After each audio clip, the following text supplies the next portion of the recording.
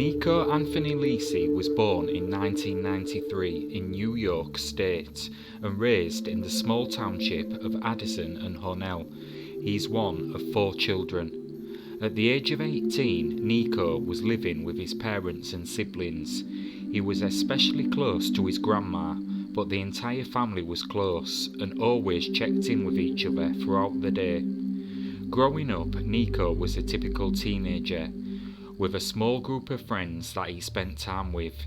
He lived with relatives in Franklin in 2009 and attended the 11th grade at Franklin High School for a few months before he moved back to New York.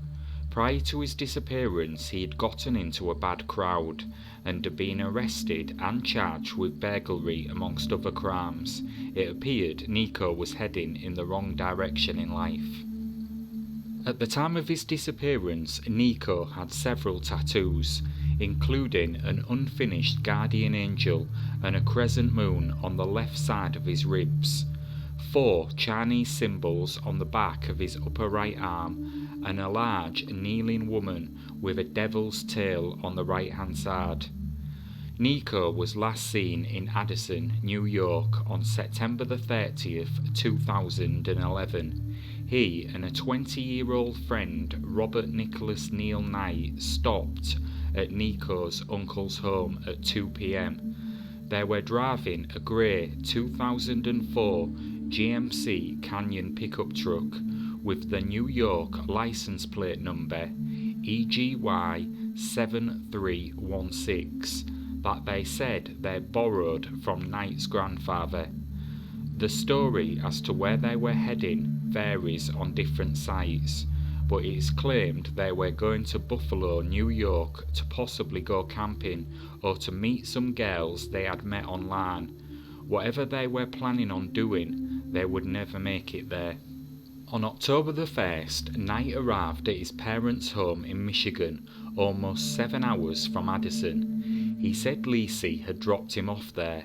However, this can't be confirmed by anyone other than Robbie. Knight claimed that Nieko had stolen his phone and the phone plan was quickly cancelled. At this point, Nieko's family was already concerned about his whereabouts, but his grandmother was able to contact him via his cell phone at around 5 p.m. on October the 1st. Nieko answered the phone and told her that he was unable to talk, but would call her back later. This in itself was strange, as Nieko always had time to answer his grandmother, but at least he did answer. Nieko, however, didn't call her back, and this would be the last time anyone would hear from him. 2 days later, on October the 3rd, Nieko's mother received his driving licence in the mail. Someone had found it 2 days earlier on a street about 15 minutes from Nieko's home and mailed it back. His mother was already starting to worry at this point, as she hadn't heard from her son in several days, and this development only concerned her more. Adding to the mystery, his Facebook page had also been closed down around the same time. 2 days later, on October the 5th, the family reported Nieko missing. For investigators, there was a lot of work to get through. As with most disappearances, they wanted to check his phone location. It was determined that Nieko's phone last pinged around 5 p.m. on October the 1st in the area of Flintlock Drive in Franklin, Tennessee. This would have been around the time he had his conversation with his grandmother. Nieko had briefly attended high school in Franklin and presumably still had family and friends in the area.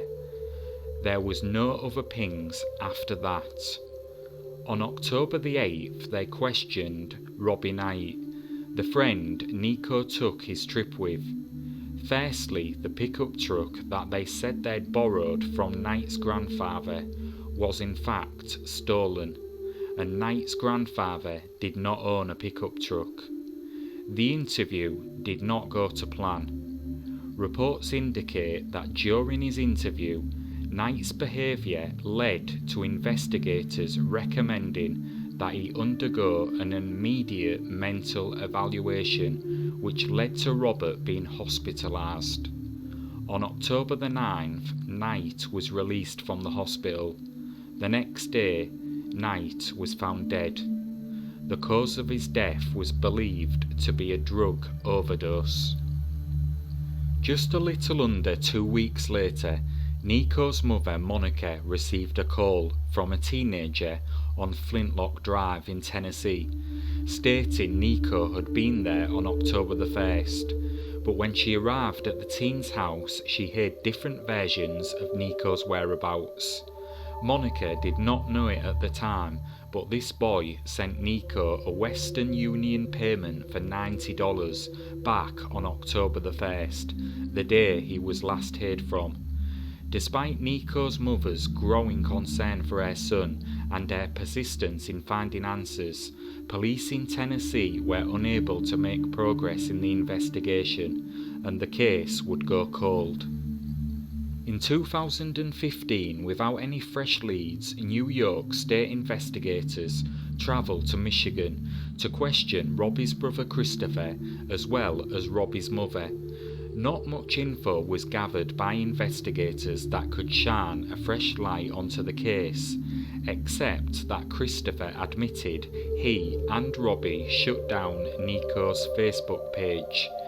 Investigators then went to pay the teenager a visit, the one who called Monica to say Nieko stayed with him on that day. Though cooperative for a short time, the cooperation stops and he obtains an attorney. Again, the investigation hits a brick wall, but that would change less than a year later. In 2016, New York police travelled to Franklin, Tennessee, to look for answers. After only a few days, New York police located the truck that Nieko and Robbie Knight had been travelling in the last time they were seen alive. The truck was uncovered in a private garage and was completely stripped down. Authorities have never released the location in which the truck was found, but it was said that the property was known to host parties that catered to people of Nieko's age. It's unclear whether evidence was processed from the vehicle, but if so, it has not led to any arrests regarding Nieko's disappearance. In October 2017, the Tennessee Bureau of Investigations took over as the lead agency in the investigation. There have been various amounts of reward money offered throughout the years, but no one has come forward. For Nieko's mother, she is no closer now than she was then to finding her son. And in a strange twist to the case, which only complicates matters even further, a number of people connected to the case are now dead. Robbie's brother and father both passed in the years that followed. Whether they knew more about Nieko's disappearance will now never be known. For 10 years, Monica has searched for answers, questioning people on what they may know, and posting missing flyers in New York and Franklin, but to no avail. The feeling never goes away. The loss, the torture, and the unknown is the worst part, she said. All I want is to bring my son home, but even then I don't believe we'll know the true story or have all the details of what happened to him. Monica told Dateline that she acknowledges that her son wasn't a saint and that he had been in trouble in the past, but that didn't mean his life meant less than any other missing person. As of 2023, Nieko Lisi remains missing.